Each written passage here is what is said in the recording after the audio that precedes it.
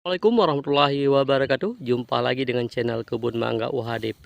Di hari yang indah ini kita ingin berbagi bagaimana tips dan trik cara melakukan pruning pada mangga kita setelah panen.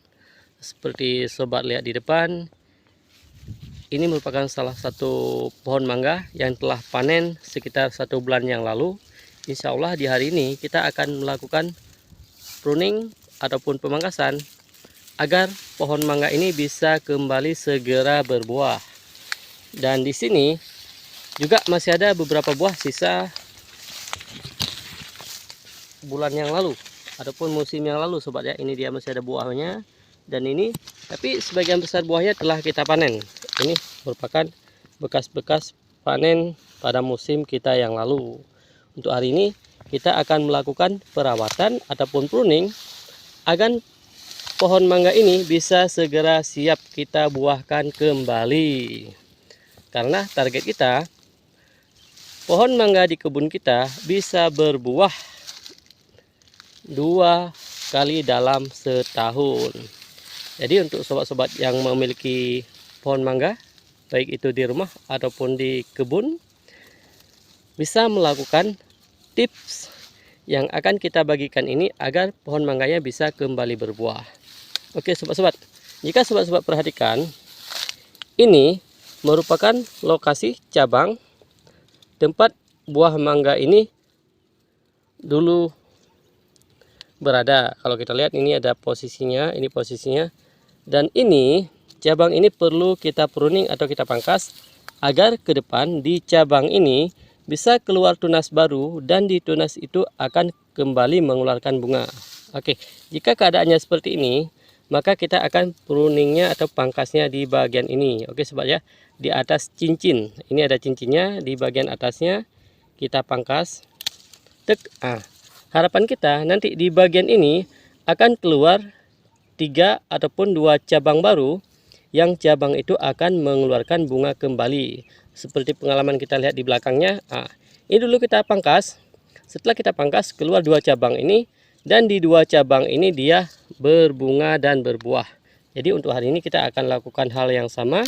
Harapan kita nanti ke depan di sini akan mengeluarkan tunas baru dan kembali berbuah. Oke sobat-sobat, demikian juga yang bagian ini. Oke, kembali kita pruning. Ini dia, di pruning kembali. Semua cabang-cabang bekas tangkai buah akan kita buang untuk mempercepat proses keluarnya tunas baru, sehingga pohon mangga ini akan kembali berbuah. Untuk bentuk tunas yang agak ke atas, contohnya yang ini sobat ya. Kalau sobat perhatikan, yang ini dia. Ini dulu merupakan lokasi buahnya. Ini udah kering, dan di sini ini merupakan bagian ujungnya. Kita akan pangkas turun 1 cincin ke bawah, bukan di bagian ini. Kita akan turun ke bawah, yaitu di bagian ini. Kenapa kita turun 1 cincin ke bawah? Dengan melakukan proses ataupun pruning turun 1 cincin ke bawah, maka ketinggian pohon ini tidak akan bertambah. Dia akan tetap ukurannya tetap di ukuran yang kita harapkan, yaitu tetap pohonnya menjadi pendek dan buahnya tetap banyak. Oke, kita ulangi. Misalnya seperti ini. Ini dia. Kalau tadi kita pruning langsung di sini kita buang, tapi untuk tangkai yang memiliki cincin di bawahnya, ini 1, yang ini kedua. Dulu kita pangkas di sini. Dia keluar yang ini, baru kemudian berbunga dan berbuah. Nah ini kita pruningnya bukan di bagian ini, kita akan pruning 1 ke bawah. Harapannya di bagian ini nanti akan keluar tunas baru yang akan mengeluarkan bunga dan berbuah. Jadi dengan cara seperti ini kita bisa membuat pohon mangga kita tetap dalam ukuran yang kita harapkan. Karena di kebun mangga sistem UHDP, ketinggian pohon mangga nanti maksimalnya 3 meter dan tidak boleh lebih tinggi daripada 3 meter. Untuk hari ini ketinggian pohon kita telah mencapai 1,5 ataupun bisa mencapai 1,8 meter. Oke, kita atur kembali pohon-pohonnya agar pohonnya bisa optimal. Selain yang kita pruning merupakan bekas daripada ataupun lokasi di mana mangga kita berbuah dulunya, juga kita perlu melihat kembali jika di bagian pohon mangga kita terdapat tunasnya yang terlalu banyak seperti yang ini. Kalau kita perhatikan, ini jumlahnya ada 1, 2, 3, 4, 5.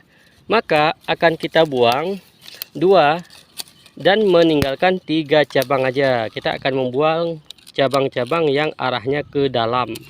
Oke, kebetulan ini ada 2 di posisi yang sama, arahnya ke dalam. Dan kita cuma meninggal 3 cabang yang posisi cabang ini arahnya keluar. Oke, demikian juga bagian yang ini akan kita pruning kembali. Yang ini dia, ini merupakan lokasi buahnya dulu. Tidak kita pruning di bagian ini, tapi turun 1 cincin ke bawah.